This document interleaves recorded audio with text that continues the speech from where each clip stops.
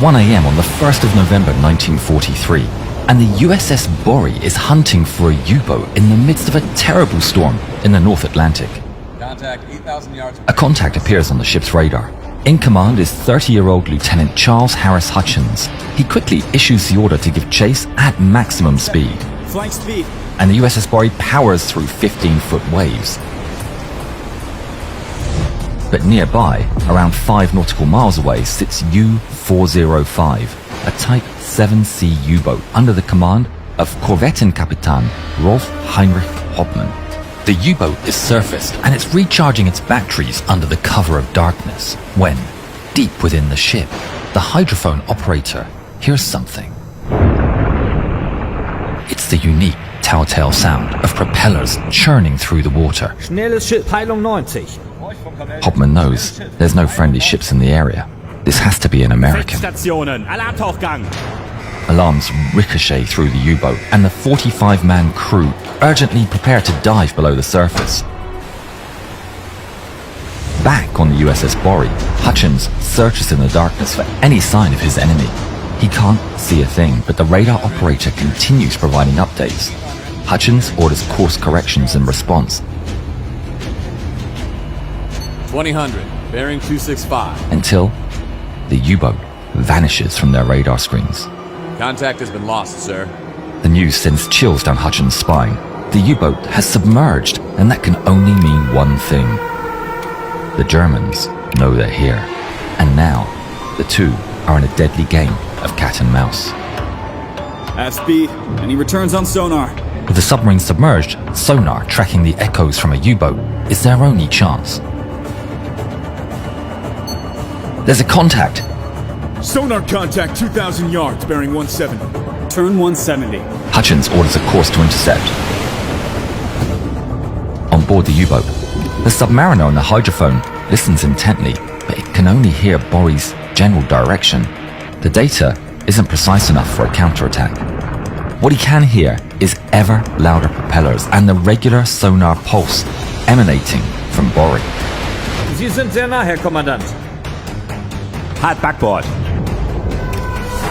Meanwhile, aboard the USS Bori, the sonar operators track the U-boat, drifting into range.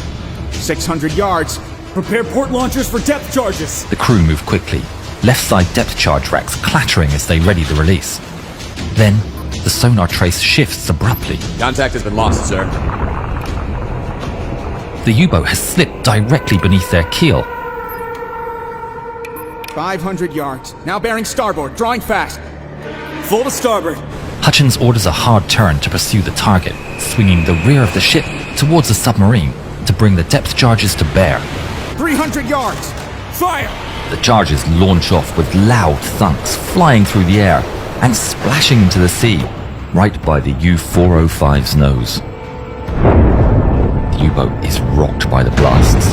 The shockwave punches the submarine's bow. Ein Hochbug, Herr Kommandant. Flooding is impossible to stem when the submarine is fully submerged, as the water pressure is too great, so Hoffmann is left without any choice. Auftauchen. Geschütze bemannt. USS Bori sails past, and our sailors look back at the scene of the explosion. The water's still settling from the blasts when they witness the mighty U-boat burst from under the sea. Surface down our stern. Turn on the searchlight. Inform lights where to point. Lights come on, and U-405 is immediately clear in the light. Dozens of Germans are pouring out of the hatches, and they rush to man their 20mm guns and open fire. The weapons come alive with loud bangs, sending shells streaking over the waves. The shells slam into the USS Bori's hull and litter the superstructure, sending American sailors diving for cover. On U-405, German sailors brave the heavy wind and waves. The Bori spotlight shines directly on their faces as they fire away with 20mm guns.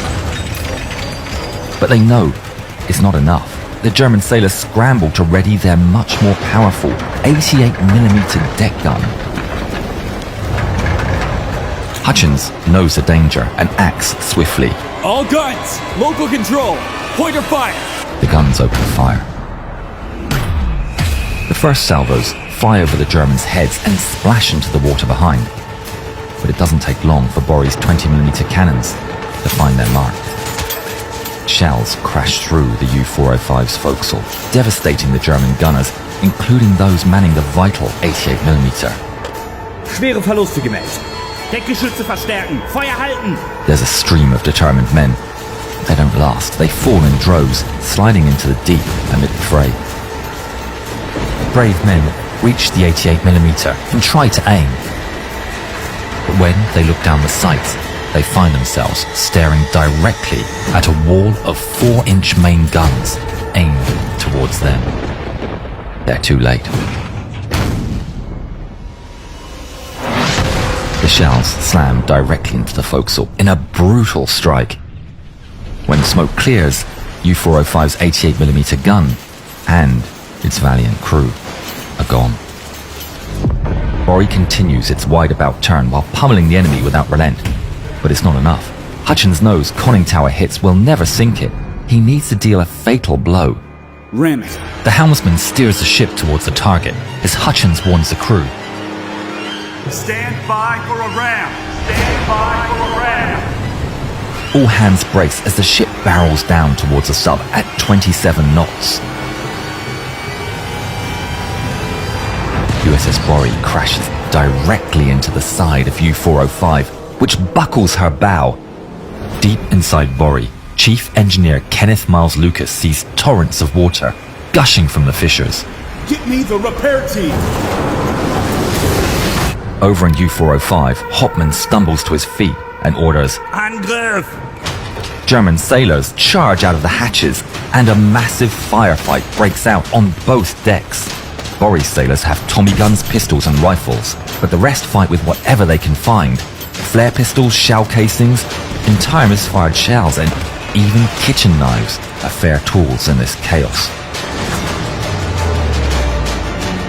The Germans fight back as best they can, but the Americans have cover and the advantage of elevation.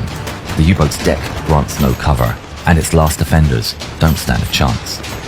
The U-405, incredibly, is still afloat and functional, but the crew is devastated, and they've lost all their weapons, except the torpedoes.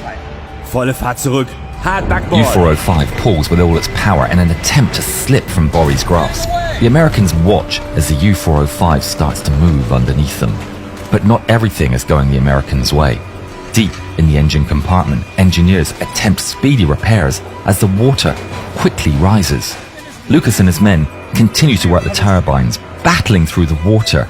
The ship moves forward, now laden with hundreds of tons of water filling up its hull. Bori's gunners continue to fire, but they can't strike a final blow. Prepare torpedoes! One of USS Bori's triple torpedo mounts stirs to life and aims its payload towards the target. Fire! A torpedo blasts out to sea and tears a path towards the enemy, but misses. Hauptmann is in a terrible position. The ship's managing, but only 15 of his 45-man crew remain. Heinrich orders a Hail Mary. Wenden! Torpedos klar machen! On the USS Bori, the men see the U-405 turning around to attack. Hutchins, though, has a plan.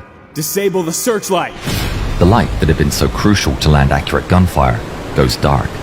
The men aboard the U-405 see the light go out. Hauptmann's surprised.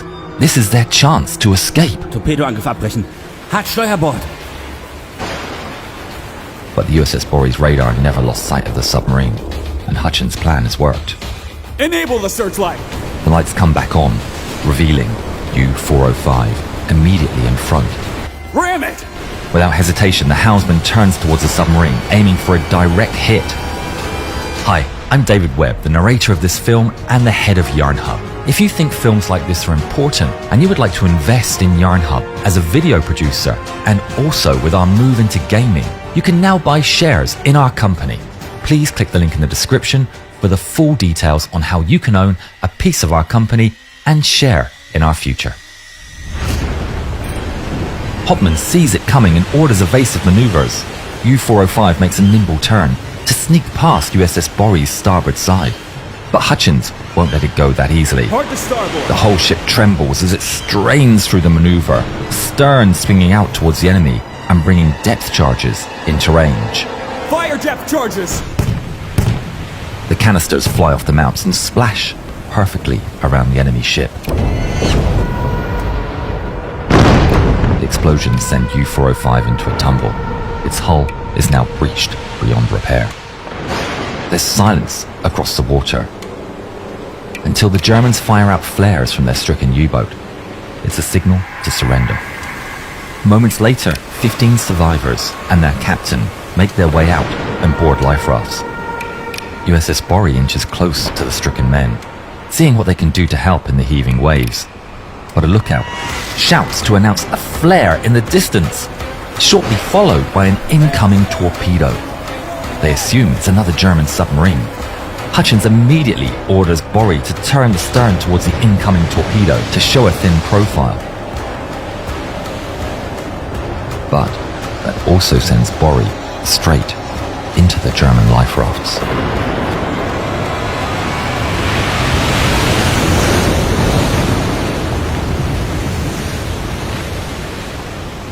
The Bori's crew are forced to abandon the German survivors who await rescue. That rescue would never come, and the men of U-405 were all lost to the Atlantic. USS Bori wins the engagement, but is still mortally wounded.